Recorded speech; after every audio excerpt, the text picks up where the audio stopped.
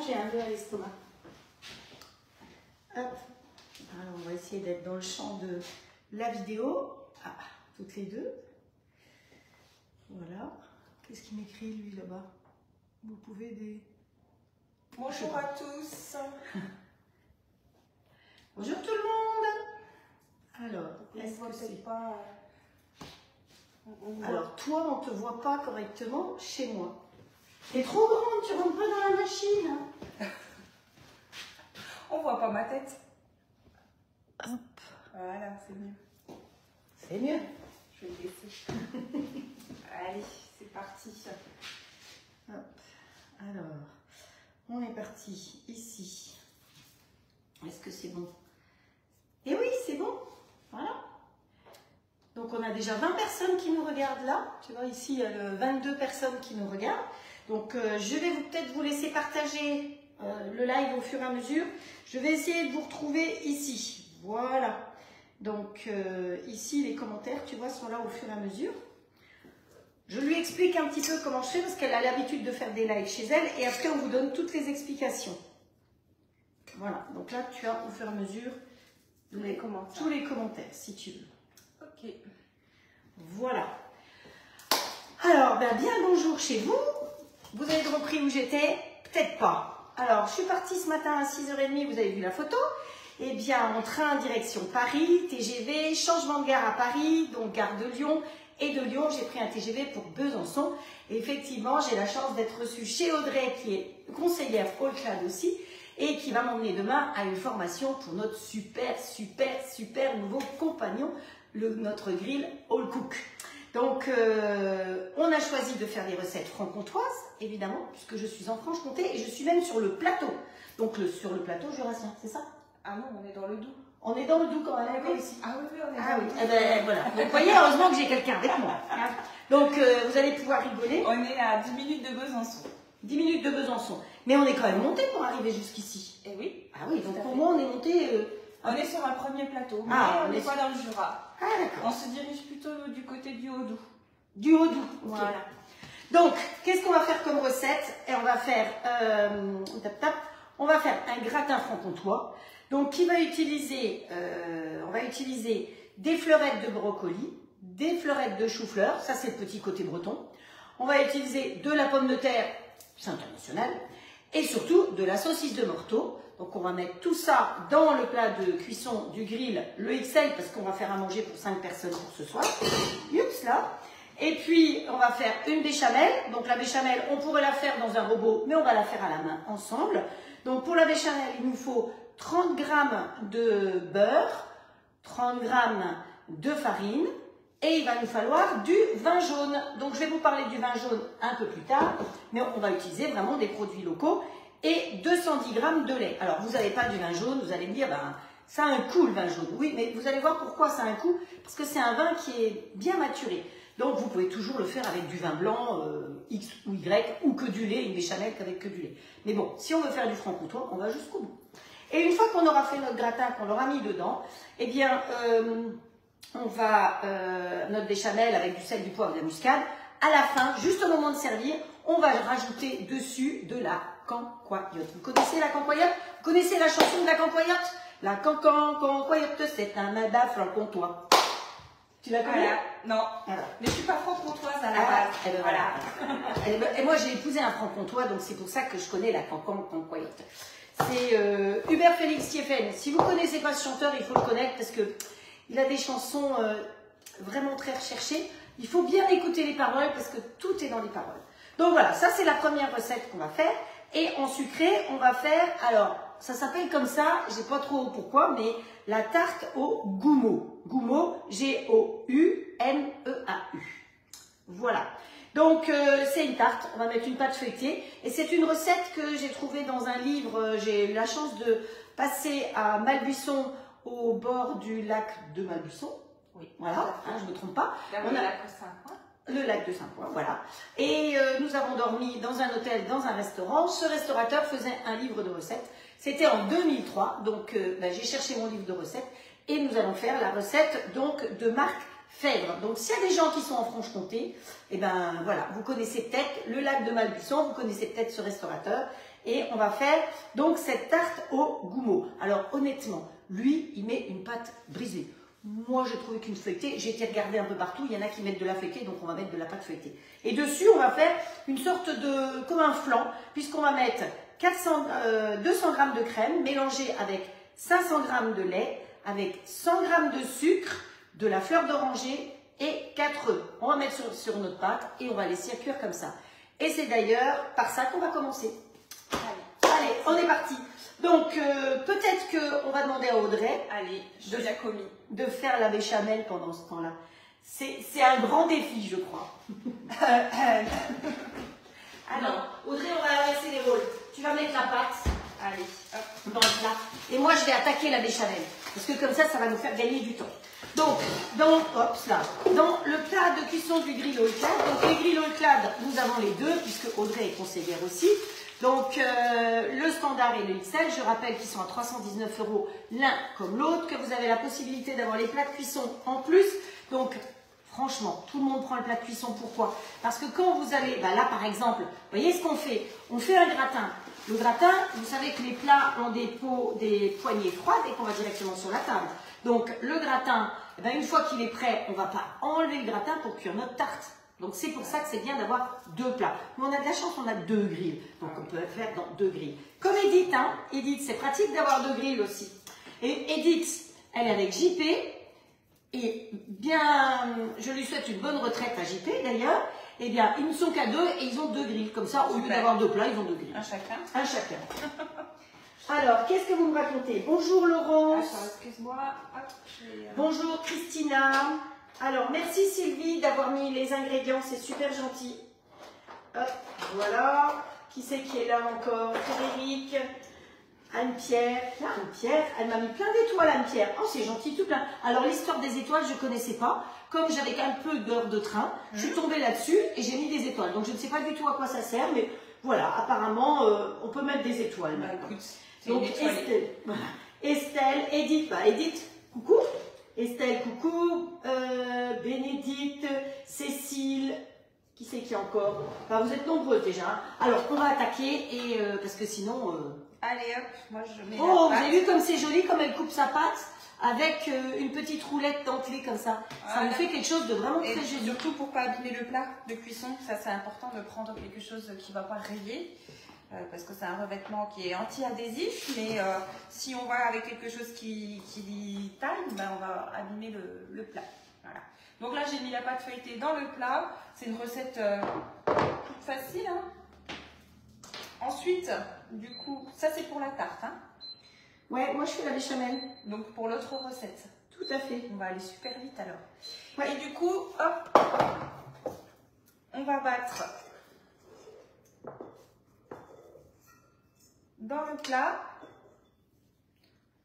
Bonjour Isabelle.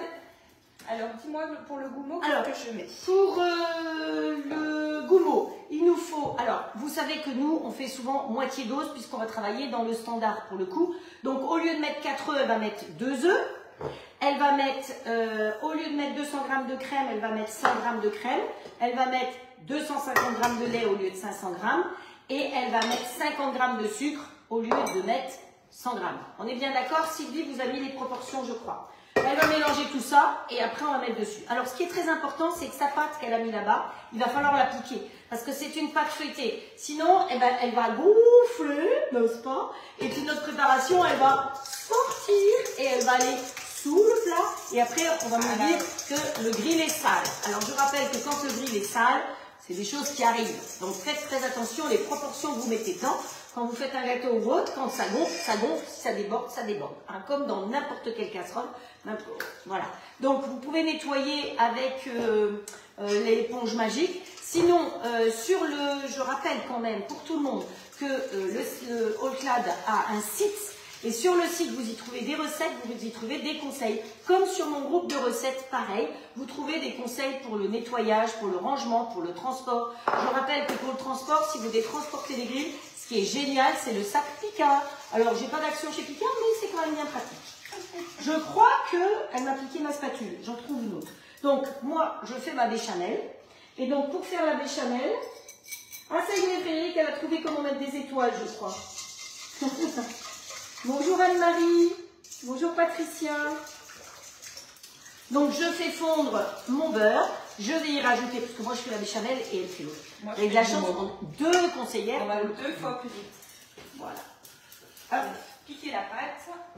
Donc la farine. Donc moi au niveau de ma béchamel, on a dit 30 g de beurre que j'ai fait fondre. J'y rajoute 30 g de farine.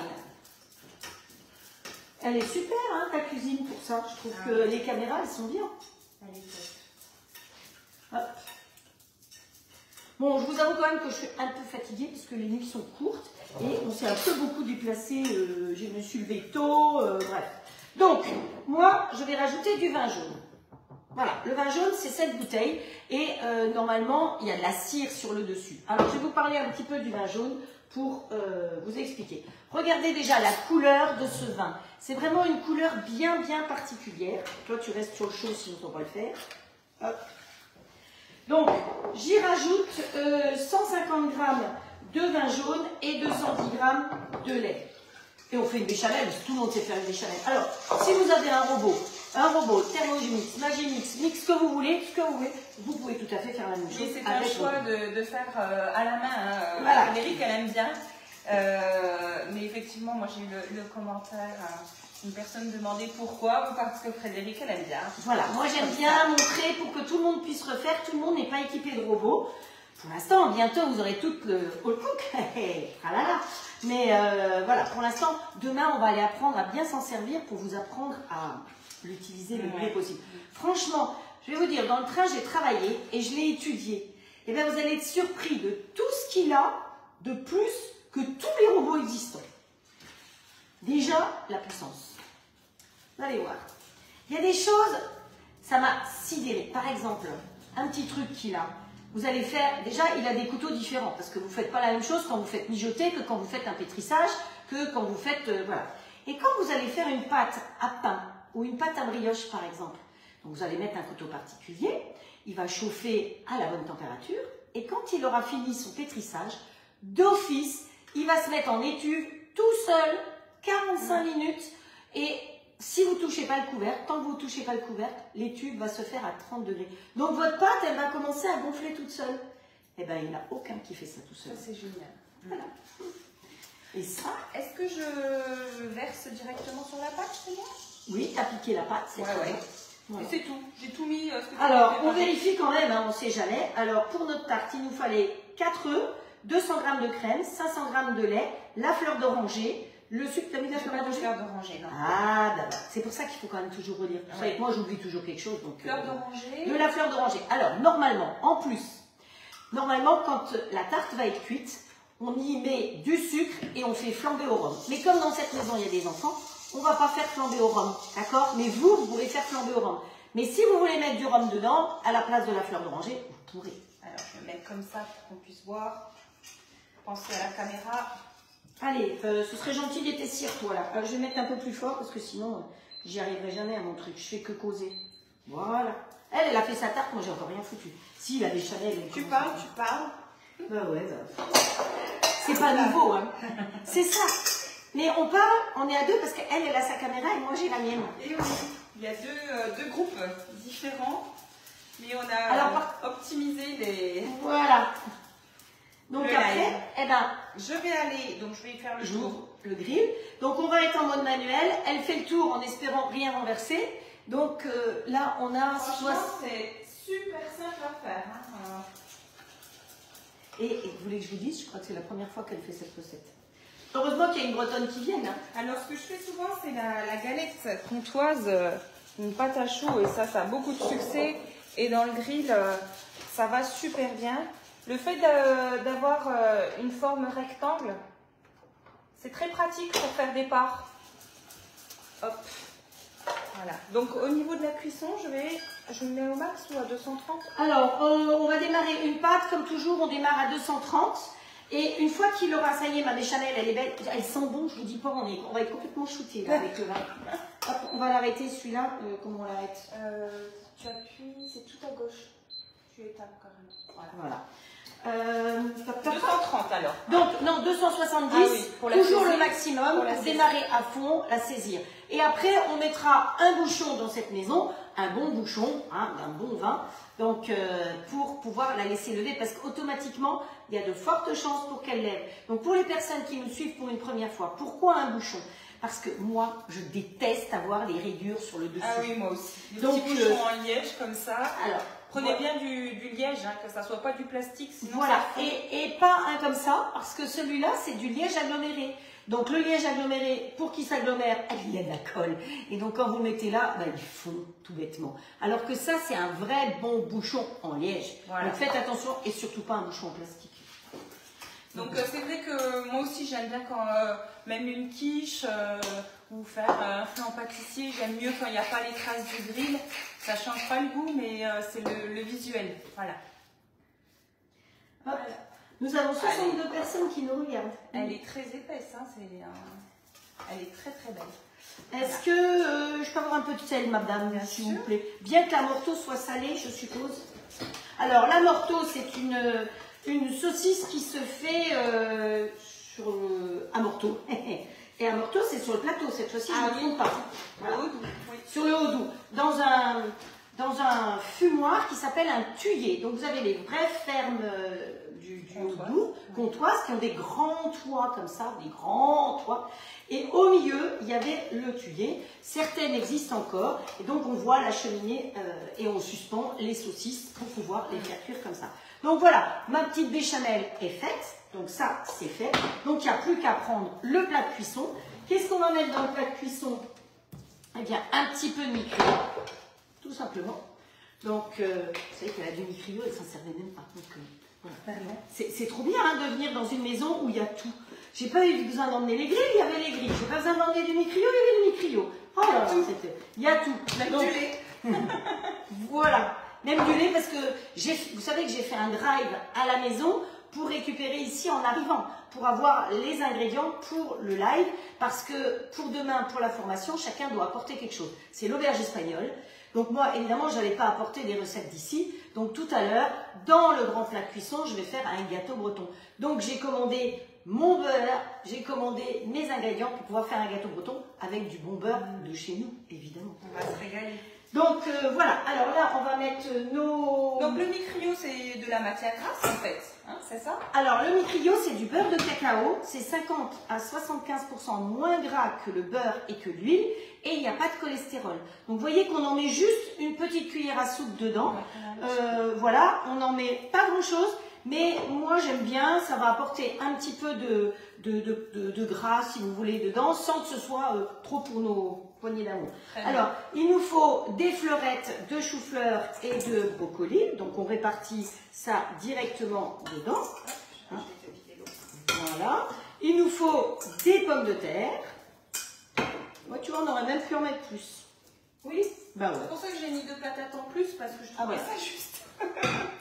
Je mets des pommes de terre. Des pommes de terre directement, mais ce qu'on aura beaucoup, c'est de la morteau. Alors, la morteau, attention quand vous achetez de la morteau. Hein, la morteau, c'est si possible, prenez un label rouge. Au bout de la morteau, vous avez toujours la petite corde, parce qu'elle a été suspendue comme ça pour sécher. Et à l'autre bout, au bout du cul, là, eh bien, vous avez un petit bout de bois, parce que c'est de la vraie peau. Et la peau, vous pouvez la manger. Donc, elle est fourrée, hein, je vous vois venir, voilà, ça va délirer parce que je dis des choses. Donc un jour, je vais être bannie de Facebook. Et puis après, on lui met un petit morceau de bois. Et c'est comme ça que c'est une vraie morteau. Donc une morteau qui n'a pas ça, qui n'a pas son étiquette, saucisse de morteau, eh ben, vous oubliez, vous prenez autre chose. Mais franchement, rouge, hein, que t'as pris, oui, là j'ai pris une label rouge. Hein. Et puis, ça sent le fumé, c'est trop bon. Donc voilà, ma morteau, je l'ai coupée en petits morceaux. Donc on va la répartir par-dessus. Hop. En petits morceaux, vous voyez, hein. C'est-à-dire que en suivant la taille de votre morteau, parce qu'il y en a qui sont plus ou moins grosses, vous coupez en 4 une rondelle ou en 2, c'est ce qu'on a fait nous ici, ça suffisait. Voilà. Il y a plus de morceaux que de légumes. On se demande pourquoi. Voilà. Et puis donc du coup, on va verser la béchamel par-dessus. On va mettre notre béchamel versée par-dessus pour faire notre gratin. Voilà. Je vous avais promis des recettes des endroits où j'allais. On était à Lyon, on a fait des recettes lyonnaises avec Guillaume. On est en Franche-Comté, eh ben, on fait des recettes franc-comtoises. Pour ramasser un petit peu dans le... Il y a 15 jours, on était aux Canaries et je leur ai fait des recettes des Canaries. J'ai une spatule Ouais. pour bien racler. Ah, la spatule tup. Alors, je fais un petit coucou à Magali. Elle va bien. J'espère que ton cassoulet, c'est un cassoulet, je crois qu'elle vous faisait aujourd'hui, Magali. Hop, voilà. Voilà. Alors, honnêtement, je vais être très honnête avec vous, vous pouvez pratiquement doubler la dose de la béchamel. Pour une fois, j'ai pas fait la moitié, eh ben, j'aurais pu faire le double. Hein, donc, pour le plat, parce que là, on va peut-être manquer un petit peu de matière première, mais c'est pas grave. Non, bah, c'est pour... Et donc, de toute façon, voilà, une fois que ça sera cuit, eh bien, on va y rajouter la cancoyote dessus. C'est quoi la cancoyote? Alors, ça, elle va vous l'expliquer parce qu'elle est capable de la faire. Je sais que ça se fait à base de mettons, et elle va vous dire ce que c'est. C'est un lait caillé qui a été séché, affiné, et donc du coup, on va le réhydrater avec de l'eau ou du lait ou du vin blanc. Et donc là, tu as pris au vin jaune. Voilà, donc ça va... Après cuisson 10 minutes, avec des pommes de terre, ça passe super bien. Tu veux tout mettre? On mettra quand tu auras déjà pris un peu. Oui, ok. Donc là, on est en cuisson. Là, on est en cuisson. Vous avez vu que la béchamel, je ne l'ai pas dit, mais j'ai rajouté de la muscade et du poivre. Voilà. Vous voyez que le plat, facile, vite fait. Alors, je vous avais promis, ça y est, lui, il bip pour dire qu'il est chaud. Donc, on va regarder. Et si vous regardez, eh ben, l'avantage du grill haut de clane, c'est que la pâte feuilletée, elle commence déjà à être cuite. C'est ça qui est top. C'est que nous, avec les grilles haut de clane, on ne préchauffe pas. Donc, pareil, 270. À froid. Hein, on ne préchauffe pas. On met directement dans le plat de cuisson. On monte, vous savez que je suis toujours pressée, à 270. On n'oublie pas d'appuyer sur OK, n'est-ce pas, Christine? Et puis après, ben, en fonction, moi les tartes, j'aime bien les laisser à 270 parce que vous oubliez pas que 270, la vraie température, c'est 40 degrés de moins que ce qui est indiqué. Hein. Donc quand on est à 240, on est à 200. Donc 270, ben, vous faites le calcul. Je vous laisse faire le calcul, je suis trop fatiguée. Et puis c'est des chiffres, j'aime pas les chiffres. C'est pas mal pour une pâte feuilletée pour que ça saisisse bien et que ça gonfle. Ouais, et là, c'est l'effet qu'on a et c'est vrai qu'il chauffe très très vite. Hein, vu que c'est un petit espace. Oui, la chaleur, elle est juste en dessous. Voilà. Et là, la pâte, eh bien, d'ici quelques minutes, on va lui mettre un petit bouchon parce que la pâte va gonfler. L'espèce de flanc, on va dire, qui est dessus va gonfler aussi, puis on ne veut pas les rideaux dessus. Alors, notre gratin, aujourd'hui, bah, comme on a travaillé à deux, c'est sûr qu'on aurait presque pu faire plus de recettes. On va l'accompagner d'une salade d'endives qu'on a déjà préparée avec des noix et évidemment du comté, du vrai bon comté franc-comtois. Voilà. Donc, bah, je crois que c'est un live express, hein, Ben oui. parce qu'en 23 minutes, on vous a tout fait. Eh. Ben, c'est ça, Alors, j'ai dit que je vous parlerai du vin jaune. Alors, le vin jaune, j'ai pris des notes. Donc, je vous ai montré sa couleur qui est brillante et dorée. Le vin jaune a une odeur intense de noix fraîches. C'est pour ça que c'est un peu la saison où on peut le boire. Mais je l'ai goûté en été avec du melon. Vous savez, on fait du melon au Porto. Eh bien, vous pouvez tout à fait faire du melon avec du vin jaune. C'est excellent aussi. Ça a un goût de noix fraîches, de fruits secs et d'épices douces, s'il vous plaît. L'arôme, ça a un arôme de noix, comme je vous le dis aussi, et un arôme de pomme. Donc, moi, je trouve que c'était bien de venir à l'automne ici, parce que c'est la saison où, effectivement, où ce vin peut bien se boire. Il faut ouvrir la bouteille 1 heure avant. Et pour l'apéro, il se boit entre 15 et 16 degrés. En cuisine, il est très bon pour les volailles et pour les recettes locales, comme on vient de faire là exactement. Il y a une chose importante. Pourquoi ce vin a une couleur particulière? Eh bien, c'est tout simplement qu'il est vieilli en fût de chêne pendant 6 ans et 3 mois minimum. Sinon, il ne peut pas avoir cette appellation-là. Donc, c'est une bouteille qui a une forme bien particulière. Et donc, on dit qu'on claveligne quand on est en bouteille. Donc, c'est vraiment très particulier. Et les bouteilles de vin jaune sont toujours avec de la cire dessus. Alors là, honnêtement, c'est de la cire en plastique. Oui. On s'est fait couillonner. Mais bon, c'est pas grave. C'est quand même une très jolie étiquette, comme vous pouvez voir. Et puis, voilà, c'est comme ça. Est-ce que vous avez des questions sur quelque chose? Alors là, on va regarder s'il y a des questions. Hop, voilà. Il y a quelque chose qui... Ah, on entend ça. Ça peut-être un peu débordé. Je vais aller mettre le bouchon. Edith, depuis le Micrio avec mon cousin. Ah ben voilà, Edith qui vous dit que depuis qu'elle utilise le Micrio, son cholestérol est en baisse. Vous voyez, c'est important quand même. C'est pour ça que le Micrio, il sert... alors, il ne va pas vous servir pour remplacer, pour faire un gâteau avec du beurre. Le gâteau breton, ne le faites jamais au Micrio. Hein. Le gâteau breton, je vous rappelle les proportions, c'est 750 g de farine avec 375 g de sucre. Ensuite, vous mettez 8 jaunes, vous ne poussez pas l'écrit, c'est comme ça, on met 8 jaunes. Vous vous souvenez, les gâteaux bretons, on le mange en losange, des petites parts, tout simplement. Donc, ensuite, on y met un sachet de levure chimique, alsacienne, évidemment. On y met 2 sachets de sucre vanillé. Qu'est-ce qu'on y met? Et puis 500 g de beurre, de micelle, hein, parce que sinon, ça ne le fait pas. Parce que tout repose là-dessus. Alors, oui, effectivement, il y a 500 g de beurre, il y a 8 jaunes. Et bien, il y en a même un de plus, parce que dessus, une fois que vous aurez bien tassé dans votre grand plat de cuisson, ce que je viens de vous donner comme proportion, vous le lissez bien. Vous prenez une fourchette ou le rayeur, vous savez, le rayeur, celui que j'utilise pour couper les poireaux, eh bien, vous faites des losanges avec le rayeur, et après, vous passez un coup de jaune d'œuf. Donc, il y a 9 œufs en tout. Voilà. Voilà. Après, vous mettez tout de suite, moi, bon, comme toujours, 270, et vous descendez, au bout d'un moment, vous descendez quand même en température, pour pas qu'il est trop chaud aux fesses, parce que sinon, il va cramer un petit peu des fesses et il ne va pas être assez cuit. Quand vous avez fini de le cuire, au bout de... Alors, dans un four classique, vous allez le cuire à peu près 45 minutes. Dans votre grill au clad, au bout de 25 minutes, il est cuit. Donc, dans ce cas-là, vous le laissez dedans.